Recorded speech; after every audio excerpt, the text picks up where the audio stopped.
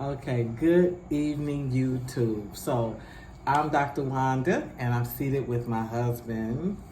Isaac Agusu. So, I wanted to give you a follow-up on where we're at with the herbs, because we haven't sat down together since we first talked about how I discovered the bitters and the power of the bitters, what my plans were in terms of breast wellness and health, overall health in general, my holistic approach to dealing with the cystis in my breast. And we have begun our plan. It's been how many weeks? What you guesstimate? How many weeks since we sat down? Probably like 2 weeks.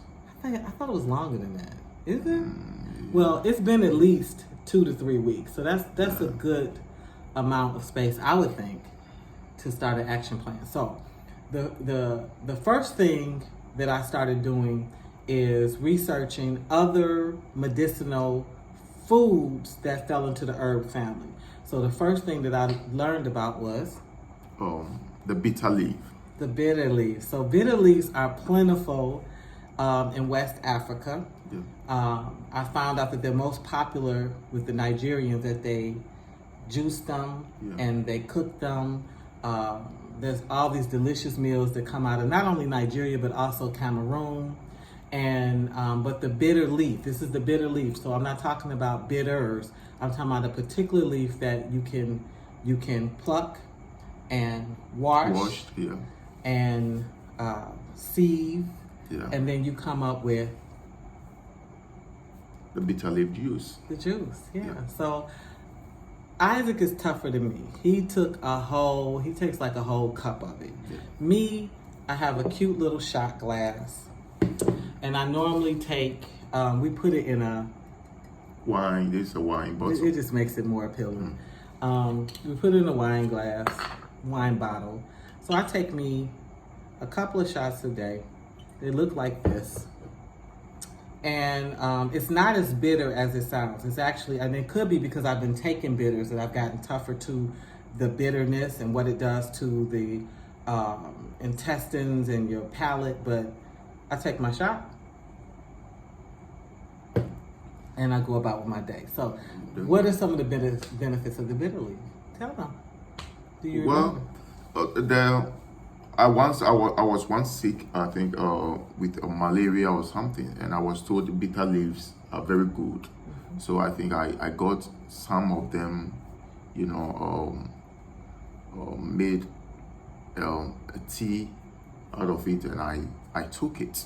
But what I know about the bitter leaf is Nigerians cooking the leaves like we do with kontomire, So I know Nigerians only.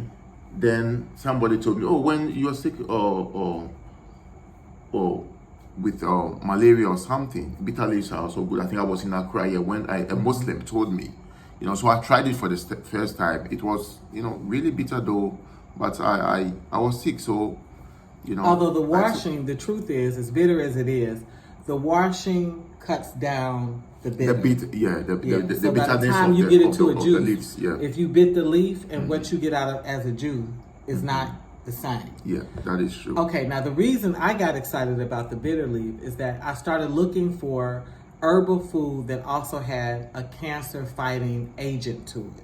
That is, even my concept is, cyst, tumor, cancer. Once you have something there that's not supposed to be there, then it's almost smarter to treat it as if it's cancer and get all of the stuff that would normally fight rogue cell growth, cells that are out of control, that are showing up, that are doing things. So that's what I liked about the bitter leaf, is that it has properties in it that discourage the growth of cells. Yeah. And I wanted to share that with you all because we spent no money. Yeah. This is this is just I mean, you can find it. You can get people to pluck it for you or grab it for you. So this is for people who say, I wanted to get bitters. I don't know where to find bitters. Well, you also can look for the bitter leaf, and it is a holistic leaf. it's used for more than malaria and for cancer fighting agents. It has a lot of other nutrients in it that's just in general good for cleansing and cleaning out the intestines and also the blood. Now I have to tell you this, when I started the bitter leaf, the first thing that happened to me was I got like a bit of a boil on the bottom of my buttocks at the top of my thigh. Mm-hmm. And then another one came in another area, and then the final one came in my armpit. Mm-hmm. So one thing I'll tell you is that the bitter leaf is a cleaner. Mm-hmm. So whatever those toxins was, it was forcing them out. So some people get upset when they see bumps or pimples or boils or any of this stuff. But really what it is it's filth, trying to exit. And so that was the other reason why I wanted to talk about the bitter leaf, is that I saw it as not only a anti-cancer agent, but as a cleaning agent.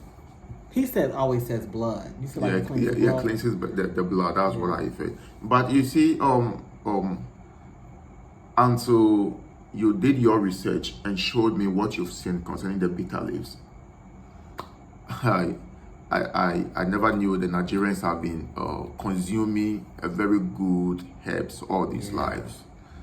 So the bitter leaves has also made me to really understand why Nigerians are strong in so many ways. I don't want to say a lot of some things here though, but when she did the research and showed me, I also read about it, I was like, wow, we have these herbs all over around us, but we don't know.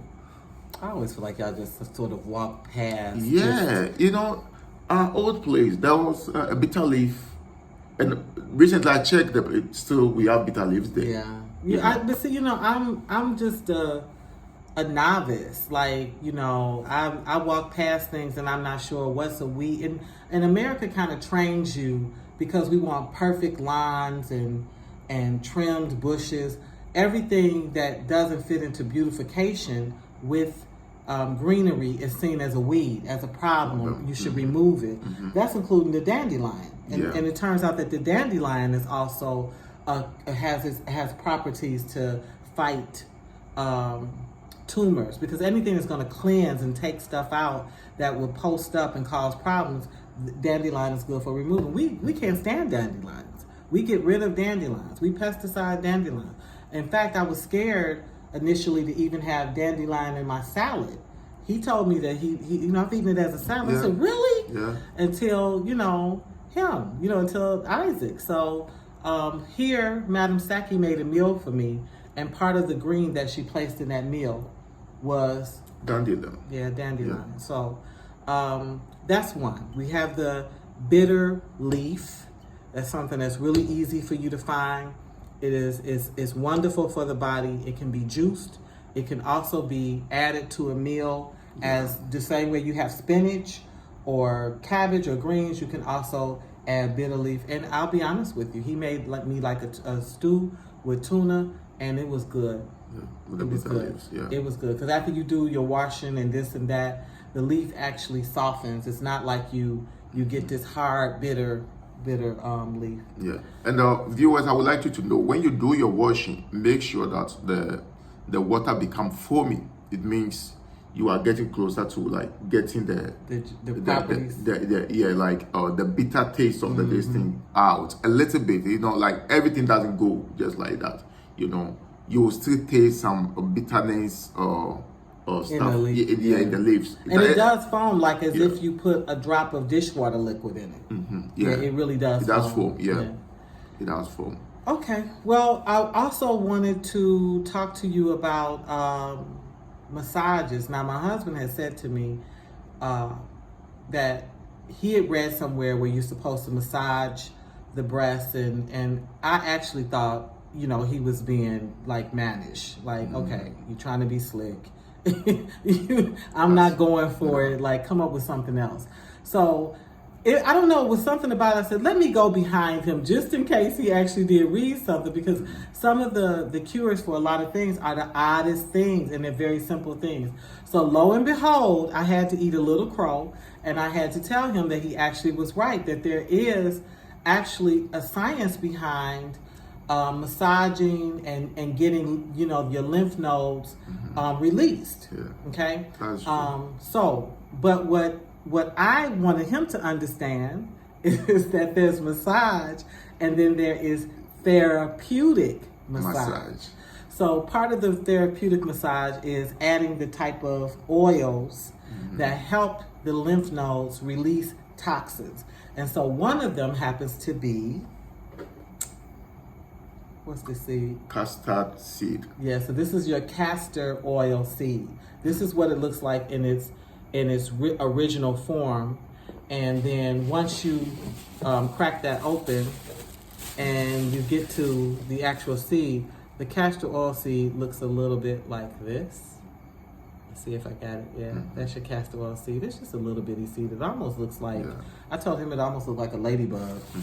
But yeah, you do a process with it, and that's how we get our castor oil. So it turns out that organic castor oil is excellent for releasing lymphatic toxins. They give a couple of suggestions besides the massage, where the woman would take, say, a piece of cloth, like round cloth, the size that you use when you're putting on makeup. And you would dip it into the castor oil and place it on the spot where you're feeling the lump. Some women would keep it in place with a bra. You might want to use medical tape, it doesn't matter. But then you go to bed like that. And that's also a process that they say over time actually releases. One thing we forget is that our skin is actually our biggest organ.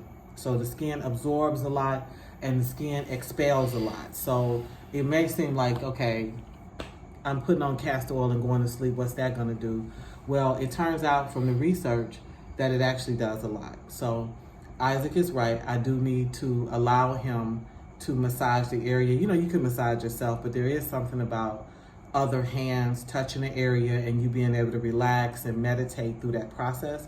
But then also, if you just don't have that support, you can dip the cloth, you can have what you use and place it there and keep it there, and you can do that as well. And that's a really good source. So again, this country is full of castor oil. These are all around, just behind our window, there's a custard plants there. That I didn't know. Yeah. Okay, I happened to bring this conversation up with him, and he was like, yes, one outside the window. I said, go get them for me. So he went and got them for me, and I started the process of cracking them open and getting the seeds. And so probably tomorrow, because I still have like maybe a third to open up, we will, as a couple, make custard oil. We're gonna make castor oil. Yeah. So I grew up understanding castor oil, that you took a spoon of it as a laxative. I know that the Jamaicans swear by black Jamaican castor oil, and it's used to keep locks nice and strong. I want to tell you, ladies and gentlemen, because now we have men that show up with breast cancer. You can use it also as part of breast wellness, as part of lymphatic wellness. So you can, even if it's in the armpit area, you can begin to release the toxins that are building up that would cause fibrous breast, cysts in the breast. This is all part of helping your breast stay healthy. And then I'm gonna give you one final thing, which is ginger. Tell them what you know about ginger. If you know something about ginger. This is ginger powder, right? Well, we're making it into an oil. Oh, okay, yeah. But the ginger does the same thing that the castor oil does. Yeah. I've been working in the juice industry for some years now.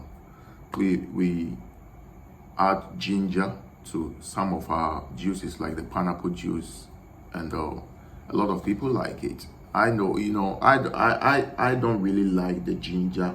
You don't? Pineapple. Yeah, I don't. Until I read something a little bit about the ginger thing, I was like, wow, this a good thing. Ginger is cheap in Ghana though, but it has a lot that it does. It does, and one of the biggest things it does is actually releasing the lymph nodes in the body. And I showed him a woman with elephantiasis kind of leg. Yes. Yeah. And that was something that they used to sort of rub on her legs, those elephant legs, just to get that circulation going. And so it's also something that can be used on the breast to keep the lymph nodes flowing quite well. I don't know what this is bugging my ear, but it's bugging me.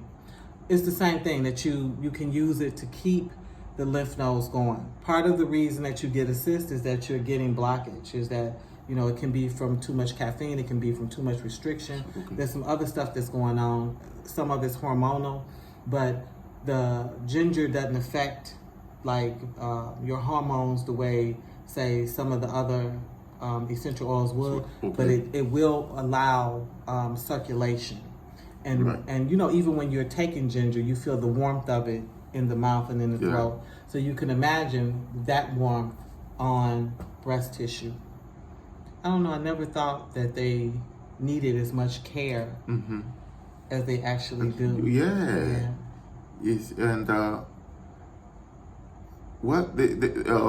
I think we've also as men having done so much when it comes to the body parts of our wives, especially the breasts, because when you started doing your research I started getting some good information about, you know, I was like, there's so much I think I should. Yeah, it's an important anatomy that actually does a lot. Like you think, okay, it goes through many stages, and then you're breastfeeding, then you're stopping, then you know, and then there is a lot of restriction.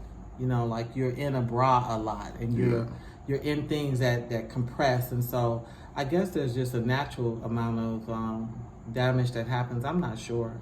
What I am sure of is that these are things that will help. And I wanted to make sure that we took the time to share them with you so that you can get your castor oil, your ginger oil, and definitely get you some bitter leaf tea, bitter leaf juice. You can cook with it, whatever. It's going to be good to improving your overall health, but also your breast wellness. Anything you want to say before we close out, Mr. Echoes? Well, I would like to advise my fellow men here to read more about the bitter leaves. Do your research, and I bet you, if you are somebody who loves aphrodisiacs, you know, you will never. They bring that up. Yeah. But I also tell them about the sleepies. It says that it aids you in breaking up insomnia. It does. I'll leave it at that. We have been around 9 or 10 passing out. Yeah, all the two of us. And when we woke up, I told us, like, my entire body got broken down by these bitter leaves herbs. You have to be careful. My first time consuming the bitter leaf itself. It does, and not after you take it. It doesn't work like a sleeping pill. It works more like melatonin, where you're getting ready for bed and you rest all through the night. Because he knows I spring up. I'm up in the middle of the night. I've always checked in for my watch hour for years. That's how I was able to get the PhD, because I was able to get back online and type and do whatever I had to do. But I can honestly say I started taking the bitter leaf and I'm sleeping. I'm not even, turning over to check my phone. We all do the middle of the night check of the phone. I'm not even doing that. So that's the other thing you need to consider. If you're having insomnia, bitter leaf is a good option for you as well. I thank you for listening. I hope you found this information useful, and we'll tune in with you again.